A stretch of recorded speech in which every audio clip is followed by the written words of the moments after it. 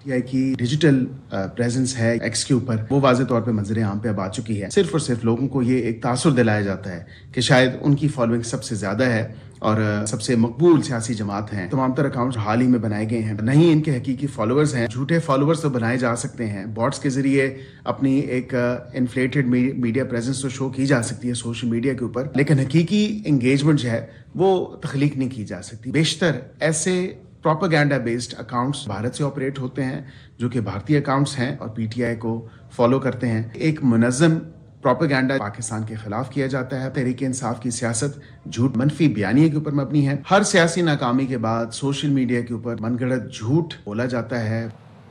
YouTuber عارف فاروق راجہ کا نام 4 schedule کے تحت کالعدم افراد کی فہرست میں شامل کر دیا گیا ہے.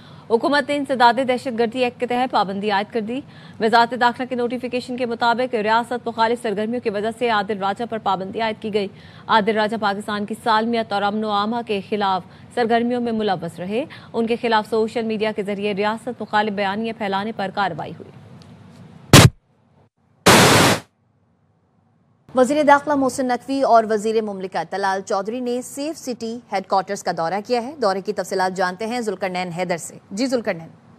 جی بالکل، یہ head quarter safe city head quarter کا دورہ کیا گیا ہے اور وزیر داخلہ نے فوری طور پہ اسلام آباد سیف سٹی کو کیپٹل اسمارٹ سٹی بنانے کے حوالے سے جو جامع پلان ہے وہ طلب کر لیا ہے.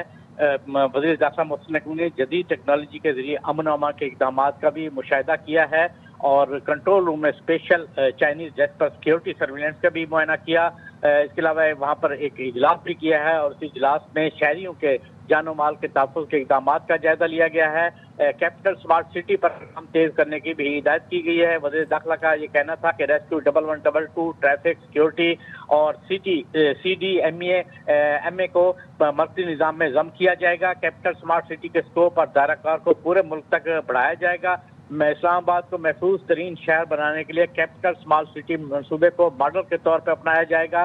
جبکہ اصلاحات اور ٹیکنالوجی کا مؤثر استعمال جو ہے انہوں نے کہا کہ یہ وقت کی اہم ضرورت ہے. IG اسلام آباد نے بھی سیف سٹی سے متعلق کیپٹل اسمارٹ سٹی منتقلی سے متعلق امور پر تفصیلی بریفنگ جو ہے وہ دی گئی ہے. محرم الحرام میں سیف سٹی کیمروں کی مدد سے وقت اور وسائل کی بھی بچت ہوگی. جی ذوالقرنین حیدر اپڈیٹ کر رہے تھے، شکریہ. PIA بٹ جیت کر ایسا لگ رہا ہے جیسے میں نے پاک بھارت میچ میں ڈبل سینچری کر لی ہے. عارف حبیب کنسورشیم کے سربراہ عارف حبیب کی پروگرام اعتراض میں گفتگو. کہا PIA کی نجکاری کو لوگ سراہ رہے ہیں. PIA میں بہت اچھے لوگ موجود ہیں، وہی ایئر لائن چلائیں گے. جو کارکردگی نہیں دکھاتے ان کو فکر کرنی چاہیے. I believe کہ اگر یہ حکومت میں رہتی تو سب کا جاب چلے جاتے، کیونکہ آلریڈی جو ہے وہ 13,000 سے جو ہے وہ 6,500 آ گئے. وہ حکومت میں ہی تھی تو 6,500 آ گئے. اور اگر کچھ اور عرصہ رہتی تو یہ میں سمجھتا ہوں باقی کے بھی سب جاب جو ہے وہ ختم ہو جاتے، اس لیے کہ ایئر لائن بند ہو جاتی. نیا انویسٹر آ کے انویسٹمنٹ کرے گا، زیادہ جہاز آئیں گے تو زیادہ لوگوں کی ضرورت ہوگی. تو یہ جو پروفیشنلز ہیں، جو امپلائیز ہیں، وہی کام کریں گے نا. یہ نئے بائر آ کے خود تو کام نہیں کریں گے. وہ PIA میں بہت اچھے لوگ ہیں، وہ لوگ ہی اس کو چلائیں گے. اور جب زیادہ جہاز بڑھیں گے تو اور لوگوں کی ڈیمانڈ بڑھے گی. لوگ پرفارم نہیں کرتے، ان کو فکر کرنے کی بات ہو سکتی ہے. کامن پرسن جو ہے وہ تو بہت زیادہ ایکسائٹیڈ اور خوش ہیں. ابھی ہمیں اپریسیشن جو ہے وہ مل رہی ہے. مجھے تو ایسا لگ رہا ہے کہ میں نے انڈیا پاکستان کے ورلڈ کپ میچ میں ڈبل سینچری کر دی ہے. پاکستانی مسلح افواج کی عسکری تاریخ میں 2025 سنہری باب کے طور پر ہمیشہ یاد رکھا جائے گا.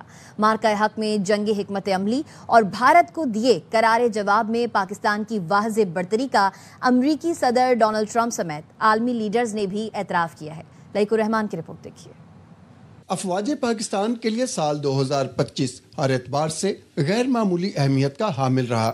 سب سے نمایاں اہمیت مارکہ حق کی رہی جب chief of defence forces field marshal Syed Asim Munir کی قیادت میں روایتی دشمن بھارت کو منہ توڑ جواب دیا گیا. بھارتی فضائیہ کے رافیل طیارے گرانے اور سائبر حملے کر کے بھارتی نظام مفلوج کرنے کی پاکستان کی جنگی حکمت عملی کا اعتراف امریکی صدر ٹرمپ سمیت کئی عالمی لیڈروں نے بھی کیا اور بھارت پر پاکستان کی واضح برتری تسلیم کی گئی. مغربی سرحدوں پر افغان طالبان رجیم کے دوران بار بار ہونے والی دراندازی روکنے کے لیے نتیجہ خیز حکمت عملی اختیار کی گئی. داخلی سطح پر دہشت گردی کے سد باب کے لیے افواج پاکستان نے قانون نافذ کرنے والے اداروں کے ساتھ مل کر فتنہ الخوارج اور فتنہ الہندوستان کے عزائم ناکام بناتے ہوئے ملک بھر میں عزم استحکام کے تحت 67,000 سے زائد انٹیلیجنس بیسڈ آپریشن کیے، جس میں 1873 بھارتی حمایت یافتہ دہشت گرد ہلاک ہوئے، جن میں 136 افغان دہشت گرد تھے۔ ان آپریشنز میں مادر وطن کے 57 سپوت شہید اور 207 زخمی ہوئے۔ زمانہ امن میں بھی پاک فوج کو ہر وقت تیار رکھنے اور عصر حاضر کے جنگی تقاضوں کا مقابلہ کرنے کے لیے پاکستان نے امریکہ، چین، ترکی، سعودی عرب اور دیگر ممالک کے ساتھ مشترکہ مشقیں کی، جن میں انسداد دہشت گردی کی مشقوں سمیت میریٹائم سیکیورٹی اور خصوصی آپریشنز شامل تھے۔ لیکن رحمان، ایئر ویو نیوز، اسلام آباد۔